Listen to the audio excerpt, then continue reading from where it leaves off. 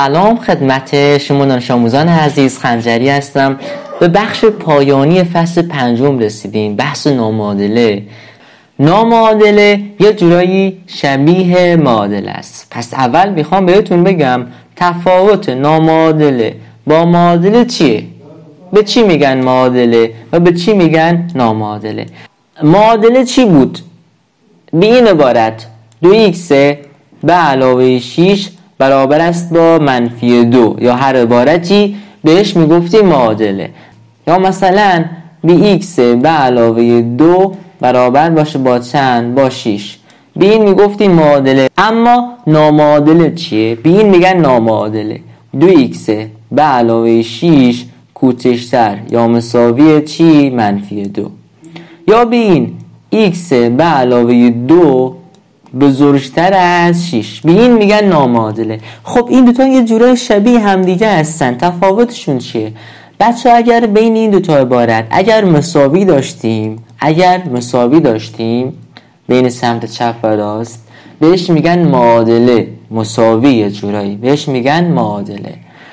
ولی اگر به جای مساوی از این علامت ها داشتیم بهش میگن نابرابری یا نامعادله. بهش میگن نابرابری یا نامعادله. از کدوم علامت ها داشتیم به جای مساوی؟ از این علامت ها. 4 تا علامت هستن. یکیش این هست، دومیش اینه، سومیش اینه یه علامت مساوی داره، چهارمیش اینه یه علامت مساوی هم داره. پس اگر به جای این مساوی ها چی داشتیم؟ از این علامت ها داشتیم بهش میگن نابرابری یا نامعادله. نامعادله های مقابل رو حل کنیم. چجوری اینا رو حل کنیم؟ بچه همون جوری که معادله حل می‌کردیم. مجهول‌ها یه طرف، معلوم‌ها یه طرف. تنها یک تفاوت بسیار ریز داره. زمانی که ضریب x مون منفی باشه باید چیکار کنیم؟ اونو به وقتش براتون توضیح میدم. میخوام اینو حل کنیم. بچه این جهت نابرابری اصلا تا آخرین لحظه تغییر نمیکنه و تغییر نخواهد کرد تو این سوال. خب طبق اصول معادله معلوم ها یه طرف، مجهول ها یه طرف. x رو نگه میداریم، x رو خودش رو می نویسم، علامت رو می نویسم، دهنش به سمت x. اگر دقت کنید دهنش به سمت x. -2 رو انتقال میدم به سمت راست، قرینه میشه. 6 خودش بود، -2 میاد سمت راست میشه -2. 6 منهای 2 میشه چند؟ میشه 4. پس اینجا اینو دوباره می نویسم. x بزرگتر از کدوم عدد هست؟ بزرگتر از 4. تموم شده رفت. الان نامعادله ما حل شد به همین راحتی. x بزرگتر از 4. پس چه کار کردم؟ در قدم اول این -2 رو انتقال دادم به سمت راست، شد -2. حالا 6 منهای 2 شد 4. این علامت رو اصلا تغییری داخلش ایجاد نکردم. علامت خودشه تا آخرین لحظه به همون سمتی که هست باقی میمونه. اینجا جهتمون به سمت راسته و داره سمت راست رو نگاه میکنه. یه علامت مساوی هم داره. بازم تا آخرین لحظه کاریش نداریم و تو این سال اصلا کاریش نداریم. چه کار میکنیم؟ میگیم مجهولا x رو سمت چپ نگه میداریم، علامت رو میزنیم، به سمت راست داره نگاه میکنه و 6 خودش سمت راست، اینو می نویسیم. -3 رو انتقال میدیم به سمت راست، به سمت عددها، قرینه میشه -3. حالا سمت چپ یه x داریم، خودش رو می نویسم، علامت رو میذارم. 6 به علاوه 3 میشود چند؟ میشود 9. این که من میگم علامته به سمت راست داره نگاه میکنه، تصور کنید این علامت یه چشم اینجاش داره، یه چشم اینجا داره به سمت راست نگاه میکنه. حالا من بعضی موقع میگم دهنش به سمت راسته. شما میتونید بگید یه چشم اینجا داره به سمت راست نگاه میکنه یا به سمت چپ نگاه میکنه. سوال بعدی اینجا من -6 رو انتقال میدیم به سمت راست. 2x رو نگه میدارم، علامت رو میذارم، سمت راست یه -2 داریم، -6 میاد سمت راست میشه -6. 2x رو خودش رو می نویسم، کوچکتر مساویه یا مساویه -2 منهای 6 میشه -8. اینجا اگر یادتون باشه ما می اومدیم تقسیم می کردیم. بر چی تقسیم می کردیم؟ بر ضریب x تقسیم می کردیم، چون باید ضریب x بشه مثبت 1. اینجا یه 2 مزاحمه. بر عدد 2 تقسیم می کردیم. بر عدد 2 تقسیم می کردیم. این 2 با این 2 می رفت، جواب می شد x. علامت ها رو خودشو می ذاشتیم. -8 تقسیم بر 2، این 2 علامتش مثبته، میشه -4. پس جواب ما شد x هایی که کوچکتر از -4 هن. حالا اگر میخواستیم اینو روی محور نشون بدیم، یه محور رسم میکردیم، 0 -4 رو مشخص میکردیم.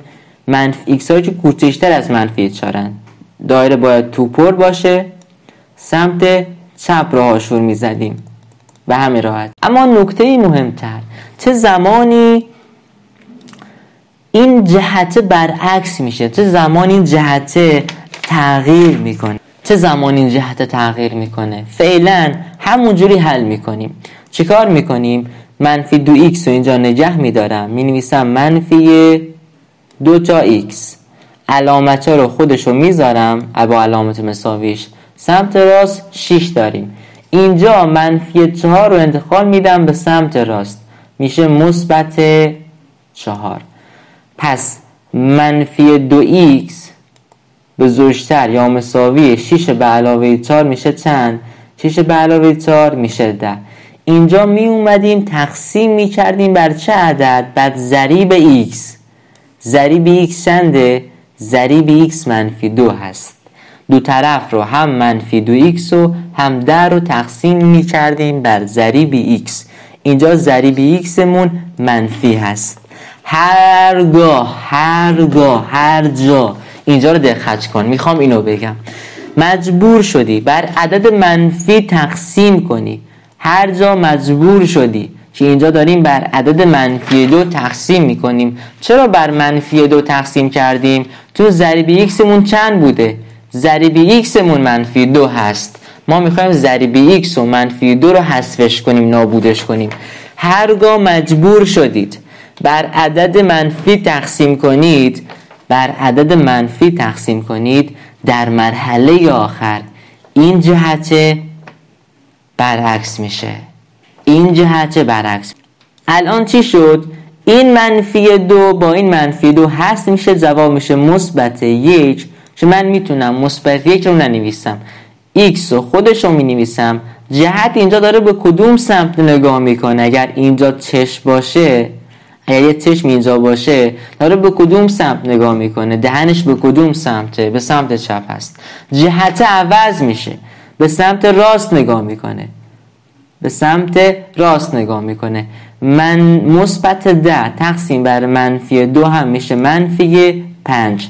پس جواب نهایی میشه این x هایی که کوچکتر از عدد -5. بریم سمت راست، جهت به سمت راسته، تا لحظه آخر کاری باهاش نداریم. اینجا -3x رو نگه میداریم، 6 میره سمت راست، -9 منهای 6 میشه چند؟ -3x رو من مینویسم، علامت ها رو خودشو میذارم، -9 منهای 6 میشه -15.